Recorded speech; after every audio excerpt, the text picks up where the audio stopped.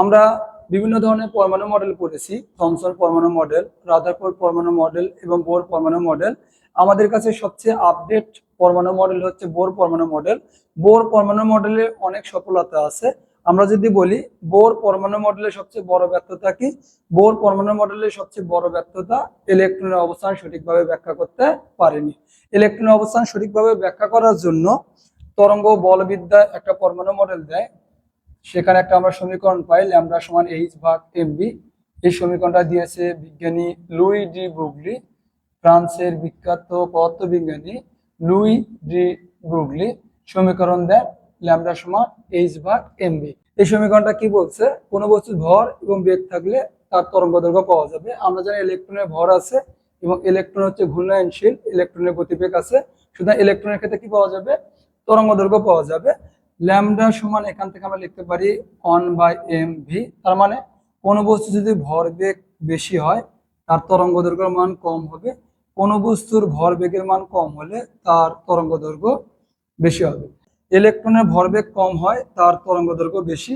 সুতরাং ইলেকট্রনে আমরা বলতে পারি যে ইলেকট্রনের মধ্যে দুইটা ধর্ম আছে, একটা হচ্ছে কণা ধর্ম এবং আরেকটাকে আমরা বলতে পারি তরঙ্গ ধর্ম। যখন লুই ডি ব্রুগলি এই সমীকরণটা দিল তখন বিজ্ঞানে একটা আলোড়ন সৃষ্টি হয়ে গেল, যে আমরা জানতাম ইলেকট্রন হচ্ছে কণা, ইলেকট্রন নিউক্লিয়াসের বাইরে অনুমোদিত এই যে বৃত্তাকার পথ, এই বৃত্তাকার পথকে বলি আমরা অরবিট, শেল বা কক্ষপথ। তাহলে নিউক্লিয়াসের বাইরে অনুমোদিত বৃত্তাকার পথ দিয়ে ইলেকট্রন ঘোরে। যখন লুই ডি ব্রুগলি এই সমীকরণ দিয়েছে তখন আমরা বুঝতে পারলাম যে ইলেকট্রনের শুধু কণা ধর্ম নয়, ইলেকট্রনের তরঙ্গ ধর্ম আছে। আমরা ইলেকট্রন এরকম বৃত্তাকার পথে ঘোরে না, ইলেকট্রন এরকম তরঙ্গ আকারে ঘোরে। এরকম তরঙ্গ আকারে ঘুরতে ঘুরতে যে জায়গায় ইলেকট্রন ক্লাউড বা ইলেকট্রন মেঘ বেশি, ইলেকট্রন ক্লাউড বা ইলেকট্রন মেঘ বা ইলেকট্রন ঘনত্ব বেশি, সেই উচ্চ ঘনত্ব অঞ্চলটাকে বলি আমরা অরবিটাল বা অরবিটাল। নতুন একটা আমরা কনসেপ্ট পেলাম, আগে জানতাম আমরা অরবিট বা শেলে ইলেকট্রন ঘোরে, এখন আমরা জানলাম যে ইলেকট্রন তরঙ্গ আকারে ঘুরতে ঘুরতে যে জায়গায় ইলেকট্রনের ঘনত্ব সর্বোচ্চ, ইলেকট্রন ঘনত্ব সবচেয়ে বেশি, সেই জায়গাটাকে আমরা বলি অরবিটাল বা অরবিটাল।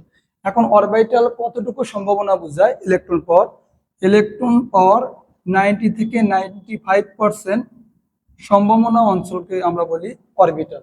অরবিটাল কাকে বলে, নিউক্লিয়াসের চারদিকে ইলেকট্রন আবর্তনের জন্য সুনির্দিষ্ট বৃত্তাকার পথগুলোকে বলি আমরা অরবিট, আর নিউক্লিয়াসের চারদিকে ইলেকট্রন মেঘের উচ্চ ঘনত্ব বিশিষ্ট অঞ্চলকে বলি আমরা অরবিটাল।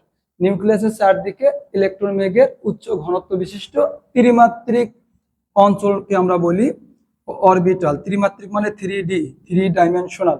তার মানে এক্স্যাক্টলি ইলেকট্রন পরমাণুতে কোথায় আছে এই জন্য আমাদের বেশ কিছু নাম্বার লাগে, সেই নাম্বারগুলোকে বলি আমরা কোয়ান্টাম সংখ্যা। তাহলে পরমাণুর ভিতরে এক্স্যাক্টলি ইলেকট্রনের প্রকৃত অবস্থানটা কোথায় সেই জন্য আমরা বেশ কিছু নাম্বার ইউজ করি, সেই নাম্বারগুলোকে একত্রে বলা হয় কোয়ান্টাম সংখ্যা।